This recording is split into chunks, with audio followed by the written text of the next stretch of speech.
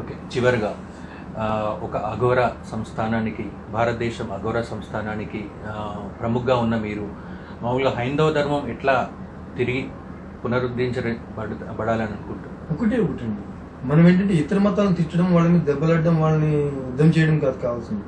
First మన మతంలో ఎవరైతే ఉన్నారో హైందవ ధర్మంలో ఉంటూ ఆ ధర్మం అంటే ఏంటో తెలియని వాళ్ళందరికీ కూడా తెలియచెప్పాల్సిన అవసరం ఉంది. దాని గురించి ఇప్పుడు మేమేంటంటే ఈ హవనులు చేయడం కానీ, మన ధర్మం యొక్క విశిష్టత చెప్పడం కానీ, ఏదైతే భగవంతుడైన తత్వాన్ని అందరికీ తెలియజేయడం కానీ ప్రతి చోట తిరుగుతూ మొదలుపెట్టాం. ఎందుకంటే ఒకటి గుర్తుపెట్టుకుంది, నీకు ఈ కష్టం తీరిపోతుంది అని ప్రలోభ పెట్టిన వెంటనే మతం మారిపోతున్నారు. నిజంగా కష్టం తీర్చి చూపిస్తున్నప్పుడు వాళ్ళకి నిజమేంటో అర్థమవుతుంది కదా, ఒక కన్వర్షన్ ఉండదు కదా, ఒక విధమైన స్థితి ఉంటుంది కదా, హైందవ ధర్మం విశిష్టత తెలుసుకుంటాడు కదా. మీ కష్టం తీరిన తర్వాత మేమేంటనే ఆలోచన పడుతుంది, మేమేం చేస్తున్నాం, మేము ఎందుకు ఇలా ఉంటున్నాం, మా ధర్మం ఏంటి, మా మాటలు వింటాం మొదలు పెడతాడు. అప్పుడు ఏదైతే మన సంస్కృతి సాంప్రదాయాలు ఉన్నాయో, మన సనాతన ధర్మం ఉందో వాటిలన్నింటి గురించి మేము చెప్తూ ఉంటాం. వాళ్ళు రియలైజ్ అయ్యి ఈ ధర్మం యొక్క విశిష్టత తెలుసుకుని మాట్లాడి మెలుగుతూ ఉంటారు సమాజంలో. ఇలా మెల్లిగా హైందవం పట్ల వాళ్ళకి ఒక నిబద్ధతను ఏర్పాటు చేయడం ముఖ్యం. ఎందుకంటే ఇప్పుడు నాకు హైందవం అంటే తెలియదు కాబట్టి, నేను ఇప్పుడు వ్యాపారం చేసేవాడిని అయితే చాలా మంది షాపులో కూడా చూస్తూ ఉంటా, ఒక ఓం ఉంటుంది, ఒక సిలువ ఉంటుంది, క్రాస్ మార్క్ ఉంటుంది, ఒక చంద్రుడు ఉండి ఏదో 786 బొమ్మలు అన్నీ ఉంటాయి. మరి ఒక హిందూ పెట్టుకోగలుగుతున్నాడు కానీ అన్ని షాపుల్లో, ఒక ముస్లిం, ఒక క్రిస్టియన్ ఎందుకు పెట్టుకోలేరు ఇవన్నీ? అంటే వాళ్ళు ఎప్పుడూ ఒప్పుకోరు, వీళ్ళు మాత్రం ఇలాంటి మాటలు మాట్లాడుతూ ఉంటారు. అన్ని మతాలు సమానమే, మాకు ఈక్వల్. అరే మేము కూడా చెప్పేది అది, మాకు మతాలే ఉండవు. కానీ ప్రత్యేకించి ఇక్కడ ఏదైతే ధర్మం నడుస్తుందో, ఇక్కడ ఏదైతే నేలమై పుట్టామో దానికి విలువ ఇవ్వాలి కదా. అవి విలువ ఇవ్వనప్పుడు ఈ ధర్మానికి హాని చేస్తున్నప్పుడు మేము ఎవరిని ఇవ్వడం, దానికి ఖచ్చితంగా నిలబడతాం, పోరాడతాం. మేమే కాదు, బోళ్ళ మంది నాగ చదువు అక్కడాలు ఉన్నాయి. ప్రతి హిందువు రెస్పాండ్ కావాలా, ప్రతి హిందువు నిలబడాలా. ఎందుకంటే ఒకటి మన ఒక తల్లికి పుట్టామనుకోండి, ఆ తల్లిని ఏదన్నా అంటే ఒప్పుకోం కదా, ఆ తల్లికి హాని జరిగితే ఒప్పుకోం కదా, ఆ తల్లికి బాధ కలిగితే ఒప్పుకోం కదా. మరి పుట్టింది ఎక్కడ, తినేది ఎక్కడ, కనేది ఎక్కడ? మరి ఈ తల్లి గురించి చెడుగా మాట్లాడితే ఒప్పుకుంటాము? వీళ్ళు ఎన్ని చెప్పినా, అంటే ఇప్పుడు ఈ మధ్యకాలంలో జరిగే సంఘటనలు చాలా అబ్జర్వ్ చేస్తూ ఉంటారు. ఇక్కడ ఆంధ్రప్రదేశ్లో జరిగే ఇష్యూ ఏంటంటే, ఏదో ఈ మధ్యకాలంలో విన్నా, అన్యమతస్తులు హిందూ దేవాలయాల్లో పనిచేస్తున్నారు వాళ్ళు వీళ్ళు.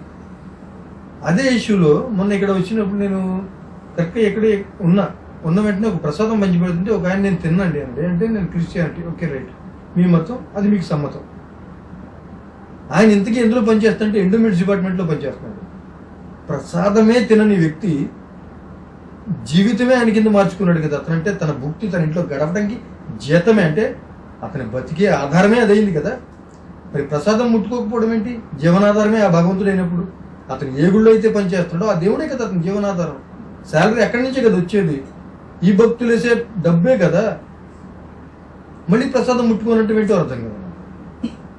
అంటే ఇలాంటి సరిగ్గా ప్రతి మతము దాని గొప్పతనం దానికి ఉంటాయి, కానీ ఏ మతాన్ని అదే చూసుకోవాలి తప్ప ఇంత సనాతన మతం ధర్మాన్ని కానీ ఈ నేలను కానీ కించపరచుకోవాలి ఫస్ట్.